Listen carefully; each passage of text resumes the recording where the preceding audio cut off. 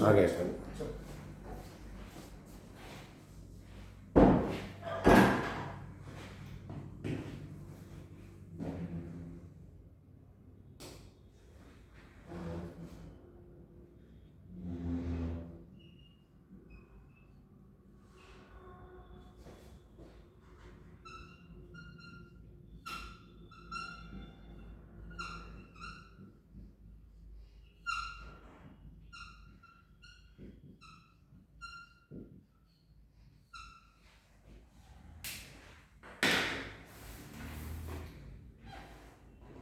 तो मित्रों, आज हम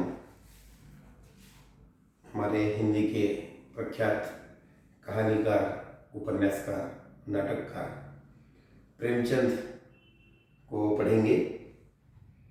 प्रेमचंद से इस देश का कोई भी व्यक्ति अपरिचित नहीं है, ऐसा मेरा अपना मत है।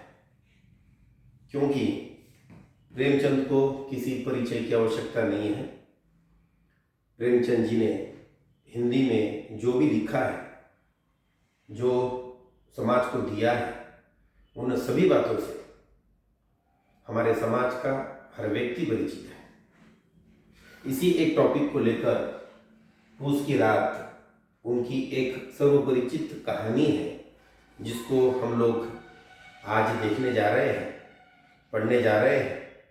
उससे पहले, पूस की रात इस कहानी की ओर बढ़ने से पहले, हम प्रेमचंद जी का कुछ परिचय आपके सामने रखते हैं। शायद यहाँ तक आने तक आप लोगों ने ये परिचय पढ़ा होगा, नहीं पढ़ा होगा, लेकिन फिर भी इस कहानी की ओर जाने से पहले प्रेमचंद जी क्या है, प्रेमचंद जी ने क्या क्या लिखा है, इसको हम थोड़ा नजदीक से देखेंगे। उसके बाद उसकी रात इस कहानी की ओर हम बढ़ते हैं। प्रेमचंद जी का पूरा नाम धनपत राय, अजब राय, इस प्रकार से। अजब राय उनके पिताजी का नाम जाना जाता है। उनके माताजी का नाम आनंदी देवी इससे परिचित है। और प्रेमचंद जी का जीवन संघर्ष किस तरह का है, इस पे अगर हम थोड़ा सा दृष्टिक्षेप अगर डालने की कोशिश करें, तो हम लोग देखते हैं, हम लोग पढ़ते हैं कि प्रेमचंद जी का जीवन बचपन से ही बहुत ही संघर्षरत रहा है। बचपन से ही उन्होंने अपने जीवन के साथ, समाज के साथ, माता के साथ बड़ा ही कड़ा संघर्ष किया है। क्योंकि अब उनका जो परिवार था वो बहुत ही गरीब परिवार से आता है। हालांकि उनके दादाजी उस जमाने में पटवारी का काम किया करते थे। उनके पिताजी पोस्ट मास्टर थे, लेकिन सरकारी नौकरी होने के कारण उन्हें यहाँ से वहाँ भटकना पड़ता था। और प्रेमचंद जी के भाग्य भी देखो कि बहुत ही बचपन में प्रेमचंद जी के माताजी का देहांत हो गया। प्रेमचंद जी के माताजी का देहांत होने के बाद उनके पिताजी ने दूसरी शादी कर ली। अब हम लोग जानते हैं कि सगी माँ और सौतेली माँ, इन दोनों में क्या अंतर हमारा समाज देखता है। हमारे समाज में इसको एक नया रिश्ता सौतेले के नाम से दिया गया है। वो सचमुच में मित्रों एक सौतेली की तरह ही वो माँ का व्यवहार होता है, जो हम लोग समाज में देखते हैं। प्रेमचंद जी के साथ भी बिल्कुल वैसे ही हुआ। उनके सौतेली माँ के साथ उनका बिल्कुल भी व्यवहार जुड़ता नहीं था। इस बात से सब लोग परिचित हैं। और उनके पहले माताजी का जो देहांत है वो उम्र की 8 साल में ही हो चुका था। इसलिए बचपन से ही संघर्ष उन्होंने बहुत नजदीक से देखा है। सौतेली माँ का व्यवहार बहुत नजदीक से देखा है। और इन सभी बातों को लेकर प्रेमचंद जी ने जो जो अपने जीवन में देखा है, जो जो अपने जीवन में परखा है, जो जो अपने जीवन में उन्होंने लिया है, उन सभी को समेट कर उन्होंने अपना साहित्य लिखने का प्रयास किया है। उनके कहानियों में उनका जीवन झलकता है, उनके उपन्यासों में उनका जीवन झलकता है। गोदान जैसा प्रख्यात, गोदान जैसा इतना नाम वाला उपन्यास उन्होंने समाज को दिया है। ऐसे बहुत सारा साहित्य है जो समाज ने उनको बहुत नजदीक से पढ़ा है। मित्रों, उनका जो जन्म गांव है बनारस में स्थित एक छोटा सा लमही नाम का एक छोटा सा गांव है, जहां पर उन्होंने जन्म लिया है।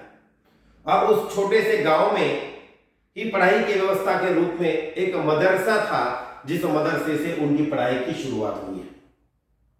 और उस मदरसे में हिंदी के साथ साथ, हिंदी इस भाषा में उन्हें बचपन से ही रुचि थी, हिंदी के साथ साथ कुछ उर्दू की भी पढ़ाई मदरसे में उनकी हुई है। जैसे तैसे 7वीं तक की पढ़ाई करने के बाद उनकी इच्छा तो बहुत पढ़ने की थी, लेकिन घर की परिस्थिति इस प्रकार नहीं थी कि वो कुछ अच्छी पढ़ाई कर सके। लेकिन फिर भी उन्होंने अपने बलबूते पर पढ़ने की कोशिश की और मैट्रिक पास किया। कुछ अच्छे स्कूलों में उन्हें पढ़ने का मौका नहीं मिल पाया, लेकिन गांव के स्कूल में ही सही उन्होंने अपनी पढ़ाई पूर्ण की। उसके बाद उनको जो पढ़ने की इच्छा थी, वो इच्छा उनकी पढ़ाई के वक्त अधूरी रह गई थी। इसलिए उन्होंने एक किताब घर में काम करने का फैसला किया कि मैं काम के रूप में काम भी करूं और मेरी जो मनोकामना है, मेरी जो इच्छा है, वो इच्छा भी पूरी हो। क्योंकि पढ़ने की बहुत तमन्ना उनके मन में थी और वो पढ़ना चाहते थे, लेकिन स्टूडेंट लाइफ में, विद्यार्थी जीवन में उनको पढ़ने का मौका ईश्वर ने नहीं दिया। वो उनका दुर्भाग्य है, वरना इससे भी कुछ अच्छा और वो समाज को दे पाते, ऐसा भी हम सोच सकते हैं। क्योंकि जिन परिस्थितियों में वो पढ़े, जिन परिस्थितियों से वो निकले, जिन परिस्थितियों का सामना उन्होंने किया, वो देखकर, और जिसने छोटे से स्कूल में वो पढ़े, उसके बावजूद भी प्रेमचंद का साहित्य आज इतना अच्छा है कि उनसे अच्छा साहित्य हम लोग कहीं दूर देख नहीं पाते हैं। इसलिए हम लोग ये बिल्कुल सोच सकते हैं कि इससे अच्छी पढ़ाई, इससे अच्छा स्कूल अगर उन्हें काश मिलता तो वह इससे अच्छा साहित्य भी हम लोगों को दे पाते।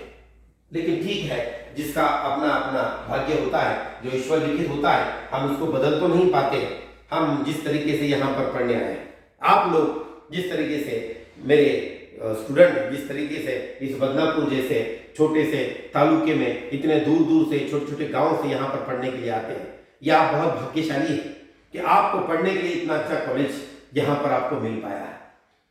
प्रेमचंद से अगर आप आपकी तुलना करते हैं, क्योंकि आप में से बहुत सारे बच्चे किसान परिवार से आते हैं, कृषक परिवार से आते हैं, जिसका बहुत बड़ा साहित्य प्रेमचंद जी ने अपने पूरे जीवन में लिखा है कि कृषक परिवार किस प्रकार से होता है, किसान की व्यथा किस प्रकार की है। सबसे बड़ी समस्या इस देश में, जिस देश को हम कृषि प्रधान देश कहते हैं, उस देश में सबसे बड़ी समस्या अगर कोई हमको नजर आती है तो वो किसान की समस्या नजर आती है। उस पर प्रेमचंद जी ने बहुत ही अच्छी तरीके से हमारे समाज के सामने लिखने का प्रयास किया। उसी परिवारों से आप लोग भी आते हैं, और आप में और प्रेमचंद में अगर आप तुलना करें तो एक छोटे से स्कूल से प्रेमचंद जी पढ़ लिख कर यहाँ तक पहुंचे, इतना अच्छा लिखा है। आप लोग तो बहुत भाग्यशाली है कि आपको स्कूल भी अच्छा मिला और कॉलेज भी अच्छा मिला है। फिर हम लोग अपने जीवन की ओर देखने के लिए गंभीरता से नहीं देखते हैं, गंभीरता से हम लोग पढ़ने की कोशिश नहीं करते हैं, गंभीरता से हम लोग किताबों की तरफ नहीं देखते हैं, गंभीरता से हम लोग समाज की ओर नहीं देखते हैं जो हमने देखना चाहिए। तो प्रेमचंद जी ने जिन जिन समस्याओं को अपने साहित्य में, उनका बचपन किस तरीके से बीता, उनका समाज के साथ का व्यवहार किस प्रकार का था, समाज का उनके साथ किस प्रकार का व्यवहार था, ये बहुत बड़ा एक टॉपिक हो सकता है। इतना डीप में हमें नहीं जाना है, इतना अंदर तक हमें नहीं देखना। आपको पूस की रात के बहाने प्रेमचंद का एक छोटा सा परिचय मैंने आपके सामने रखा है। उनका जन्म कहां पर हुआ, उस गांव का नाम मैंने आपको बताया, उनका जन्म कब हुआ ये तारीख भी मैंने आपको बताई, और उसके साथ साथ उनका मृत्यु 8 अक्टूबर 1936 को माना जाता है। जब तक वो बहुत प्रगल्भ हो चुके थे, बहुत सारा साहित्य उन्होंने समाज को दे चुका था। उन्होंने जिन किताब घर में काम किया मित्रों, उस किताब घर में काम करते वक्त उनकी पढ़ने की इच्छा भी पूरी हुई, क्योंकि उन्हें बचपन से पढ़ने की बहुत इच्छा थी, लेकिन इस सामाजिक परिस्थिति की वजह से, इस गरीबी की वजह से वो पढ़ नहीं पाए थे। इसलिए किताब घर में काम करते वक्त उन्होंने जितनी सारी किताबें पढ़ना चाहते थे वो सब किताबें अपने जीवन में पढ़ी है, और वो सब पढ़ने के बाद उन्होंने समाज के लिए कुछ लिखने का प्रयास किया है और समाज को कुछ देने का प्रयास किया है। हम लोग अब पूस की रात इस कहानी को लेकर प्रेमचंद का परिचय, बहुत ही अल्प परिचय मैंने आपके सामने रखा है, वरना प्रेमचंद जी जैसा एक बड़ा साहित्यकार परिचय का मोहताज नहीं होता है, लेकिन उनका परिचय बहुत बड़ा हो सकता है, क्योंकि उन्होंने उनके जीवन में जितने उपन्यास लिखे, जितनी कहानियां लिखी, जितने नाटक लिखे, उन सबको अगर हम देखें तो एक पूरा दिन लग सकता है। इसलिए हमने बहुत ही कम समय में उनका परिचय आपके सामने रखा, और हमें यह देखना है कि प्रेमचंद जी ने अपने साहित्य में किन किन बातों की ओर निर्देश किया है, उन्होंने समाज में फैली हुई किन बातों की तरफ अपना साहित्य को मोड़ा है, इस पर हम थोड़ा सा एक 5-10 मिनट के अंदर उस पर भी बात करते हैं। प्रेमचंद जी ने अपने साहित्य में, फिर वह नाटक के बहाने हो, कहानियों के सहारे हो या उपन्यासों में, इन सभी साहित्यों में उन्होंने बाल मनोविज्ञान को रखने की कोशिश की है, जिसका एक परिचय हम अगर ईदगाह कहानी पढ़े तो उसमें हमें देखने के लिए मिलता है कि बाल मनोविज्ञान किस प्रकार से होता है, बचपन में आदमी किस प्रकार से सोचता है, इसकी ओर भी प्रेमचंद जी ने देखने का प्रयास किया है। उसके साथ साथ इस देश में, जिस देश को हम कृषि प्रधान देश कहते हैं, किसान की क्या व्यथा है, किसान की क्या कथा है, किसान के सामने क्या क्या समस्या है, उन समस्याओं को बहुत ही अच्छे रूप में समाज के सामने रखने का प्रयास इन साहित्यकार प्रेमचंद जी ने किया है। अब किसान की जो समस्या है, इस समस्या को हम लोग अगर बहुत ही नजदीक से देखना चाहे तो गांव में जो लोग पले बड़े हैं, गांव में जो लोग जन्मे हैं, आप लोग बहुत अच्छी तरीके से जानते हैं किसान के सामने किन किन प्रकार की समस्याएं हमको देखने के लिए मिलती है। हमारे देश को कृषि प्रधान देश जरूर कहा जाता है, लेकिन मित्रों ये सिर्फ कहने की बातें हो चुकी है, क्योंकि यह देश साहूकारों के हाथ में बिक चुका है। पूरा राज्य इस देश पर साहूकारों का है, किसान सिर्फ नाम पर रह गए। किसान अपनी मेहनत पूरी दिल से, पूरी ताकत से करता है, खेत में अन्न को आपके सामने लाकर रखता है, लेकिन खुद को खाने के लिए उसको दूसरों के खेतों में मजदूरी करनी पड़ती है। ये बहुत बड़ी समस्या हमारे देश के सामने है, लेकिन इसकी ओर ये जमींदार वर्ग, ये साहूकार वर्ग जानबूझकर अनदेखा करता है, क्योंकि वह सिर्फ अपना पेट भरना चाहता है। हमारा किसान रात दिन मेहनत करने के बावजूद भी 2 जून की रोटी तक जुटा नहीं पाता है। मित्रों, जो किसान 10-20 एकड़ खेती अपने पास रखता है, उस किसान के हालात भी आप लोग गांव में देखते हैं किस प्रकार के होते हैं। खाने की समस्या तो होती ही है, जिस प्रकार का खाना वो खाना चाहता है, जिस प्रकार के कपड़े वो पहनना चाहता है, जिस प्रकार की शिक्षा वो अपने बच्चों को देना चाहता है, वो इतनी मेहनत करने के बावजूद भी, इतनी कड़ी मेहनत करने के बावजूद भी वो नहीं कर पाता है। ये बहुत बड़ा दुर्भाग्य इस कृषि प्रधान देश भारत देश का है। इस दुर्भाग्य को भी प्रेमचंद जी ने अपने साहित्य में बहुत अच्छे तरीके से रखने का प्रयास किया है। किसान जिस तरीके से सोचता है, किसान को जिस तरीके से लगता है, वो जब कर नहीं पाता है तो सोचिए उसका अंतर्मन क्या कहता होगा, उसको कितना दुख होता होगा। लेकिन वो दुख सुनने के लिए भी यहां पर उसको कोई नहीं मिलता है। मेहनत किसान करता है और उस मेहनत के पैसों पर ऐश और आराम हमारा जमींदार करता है, हमारा ये उच्च वर्ग करता है। जो व्यापार समझता है, जो व्यवहार संभालता है, वह लोग किसान का ये माल खरीदी कर कर किसान को फिर जिस हाल में किसान था उसी हाल में छोड़ देता है। तो किसान की इस समस्या की ओर प्रेमचंद जी ने बहुत ही अच्छे तरीके से समाज के सामने इस किसान की समस्या को रखने का प्रयास किया है। दोस्तों, इस किसान की समस्या को देखते हुए हमें ये लगता है कि किसान की जब इच्छा होती है कि अपने बच्चों को कोई अच्छे स्कूल में पढ़ाए, अपने बच्चों ने ये पहनना चाहिए, अपने बच्चों ने वो करना चाहिए, मैंने इस तरीके से कपड़े पहनना चाहिए, लेकिन किसान वो कर नहीं पाता है क्योंकि किसान के पास आमदनी उतनी नहीं होती है। मेहनत तो बहुत है, कड़ी मेहनत करने के बावजूद भी किसान 2 जून की रोटी नहीं जुटा पा रहा है मित्रों। तो इस तरीके से वो अपना जीवन यापन इन लोगों की तरह किस तरीके से करे, अपने बच्चों को पढ़ाई किस तरीके से दे। ये बहुत बड़ी समस्या प्रेमचंद जी ने उस जमाने में 1800 में भी लिखा है, लेकिन आज भी हमारा देश उसकी ओर देखने के लिए तैयार नहीं है। हमारे ये जो राजनेता है बड़ी बड़ी बातें करते हैं, किसान के लिए बड़ी बड़ी योजनाएं बताते हैं, लेकिन उन योजनाओं का लाभ कितने किसान को मिलता है? कितने किसान इन योजनाओं का लाभ लेकर अमीर बने हैं? आप सोचिए। कितने किसान अच्छा जीवन जी पा रहे हैं? आप सोचिए। नहीं होता है मित्रों, नहीं होता। सिर्फ ये लोग बड़ी बड़ी बातें करते हैं, किसान के लिए नई नई योजनाएं लाते हैं, और वो योजनाएं भी सिर्फ अपना जेब भरने के लिए लाते हैं। फिर हमारा किसान जैसा था वैसा ही रह जाता है।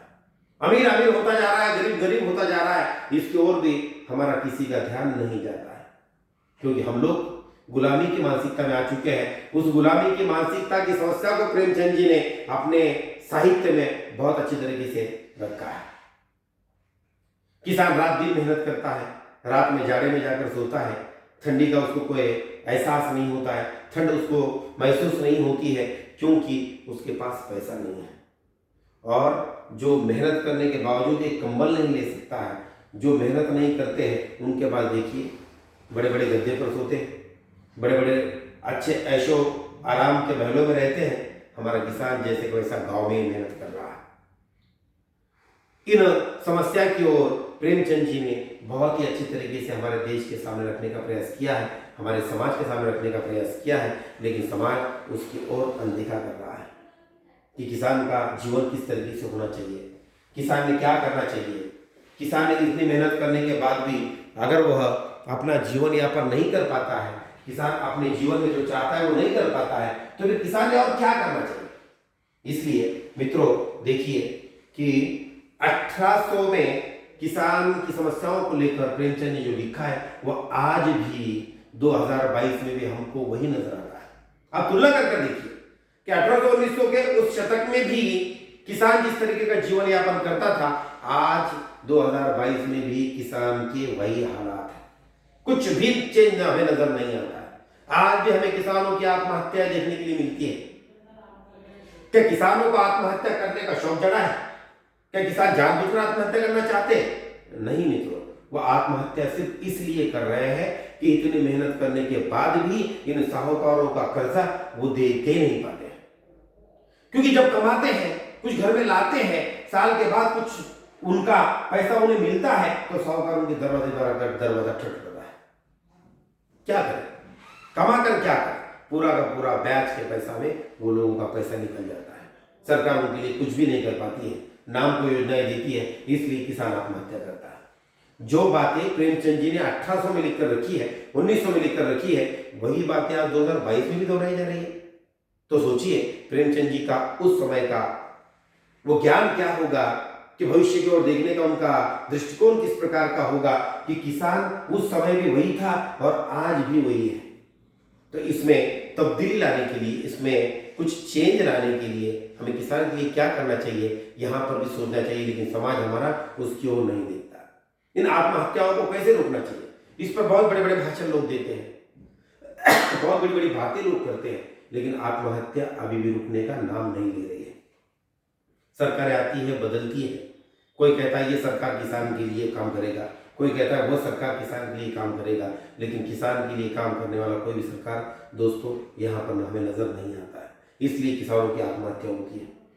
और उसके बाद उन्होंने कुछ मजदूरों की समस्या पर भी चित्रण किया है कि मजदूर लोग जिस तरीके से काम करते हैं उनके सामने भी बहुत बड़ी बड़ी समस्या होती है। उस समस्या की ओर भी प्रेमचंद जी ने अपने साहित्य में दृष्टि डाला है। उसके बाद बूढ़े लोगों की जो समस्या होती है, हम लोग आज समाज में देखते हैं कि बूढ़ों के साथ हमारा व्यवहार किस प्रकार से बनता जा रहा है, हमारा समाज बूढ़ों की ओर किस प्रकार से देखता है। जवानी आती है जाती है, लेकिन उसके बाद जब वो आदमी बूढ़ा हो जाता है तो उसकी ओर हमारा समाज किस प्रकार से देखता है, हमारा समाज क्या कहता है। हमारा समाज बूढ़ों के साथ व्यवहार किस प्रकार का करता है, इसकी ओर भी प्रेमचंद जी ने अपने साहित्य में उनके कथा साहित्य में, नाटक में, कहानी साहित्य में, उपन्यासों में भी उन्होंने इन बूढ़ों की समस्या की ओर भी पूरी तरह से निर्देश किया है। उसके साथ साथ अमीर गरीब के बीच का जो भेदभाव हम लोग आज जो देखते हैं और वो जो बढ़ता जा रहा है, अमीर और गरीबी की जो समस्या हमारे देश में सबसे बड़ी समस्या बन चुकी है, जो समस्या अब खत्म होगी ऐसा हमें कहीं दूर दूर तक भी नहीं लगता है, उस समस्या पर भी उसी समय प्रेमचंद जी ने अपनी नजर डाली है कि गरीब और अमीर के बीच की समस्या किस प्रकार की है। गरीब अपना जीवन यापन इस देश में किस प्रकार से कर रहा है और अमीर अपना जीवन यापन इस देश में किस प्रकार से कर रहा है, इन दोनों के बीच की समस्या पर भी प्रेमचंद जी ने अपनी दृष्टि उस वक्त में डाली है जो आज भी हमें समाज में देखने के लिए मिलती है। और सबसे बड़ा सवाल प्रेमचंद जी के सामने जो खड़ा हुआ था, जो आज भी है, वो खड़ा था वर्ग संघर्ष, उच्च और नीच का भेद। इस भेद पर, इस वर्ग संघर्ष पर भी प्रेमचंद जी का साहित्य, हम जितना पढ़े उतना कम, इतना बड़ा साहित्य प्रेमचंद जी ने वर्ग संघर्ष पर लिखा है कि वर्ग संघर्ष किस प्रकार से हमारे समाज को खोखला करता जा रहा है। क्योंकि कोई भी जब वो आदमी अपना अमीर बन जाता तो नीचे देखने के लिए तैयार नहीं है, और नीचे वाला आदमी कितने भी मेहनत करे वो अमीर नहीं बन सकता है। ये जो संघर्ष हमारे समाज के बीच में चल रहा है, इस संघर्ष और भी प्रेमचंद जी ने बहुत ही अच्छी तरीके से अपने साहित्य में समाज को देने की कोशिश की है। इस तरीके से हम लोग प्रेमचंद जी ने अपने साहित्य में क्या क्या दिया, इससे बहुत कुछ ज़्यादा हमें पढ़ने के लिए मिलता है, लेकिन उनके परिचय के लिए इतना आज हमारे लिए काफ़ी है। अब हम बढ़ते हैं कि प्रेमचंद जी ने जो कहानी लिखी है फूस की रात, उस कहानी की ओर, जिस कहानी में प्रेमचंद जी ने एक छोटे किसान की व्यथा हमारे सामने रखने का प्रयास किया है। उस फूस की रात कहानी के बहाने उन्होंने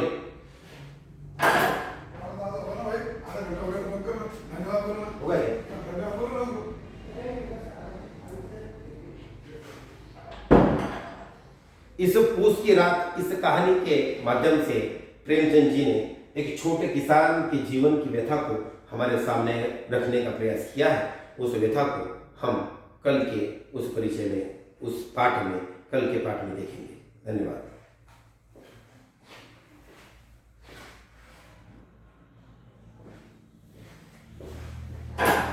वो काले बटन दबा दोगे?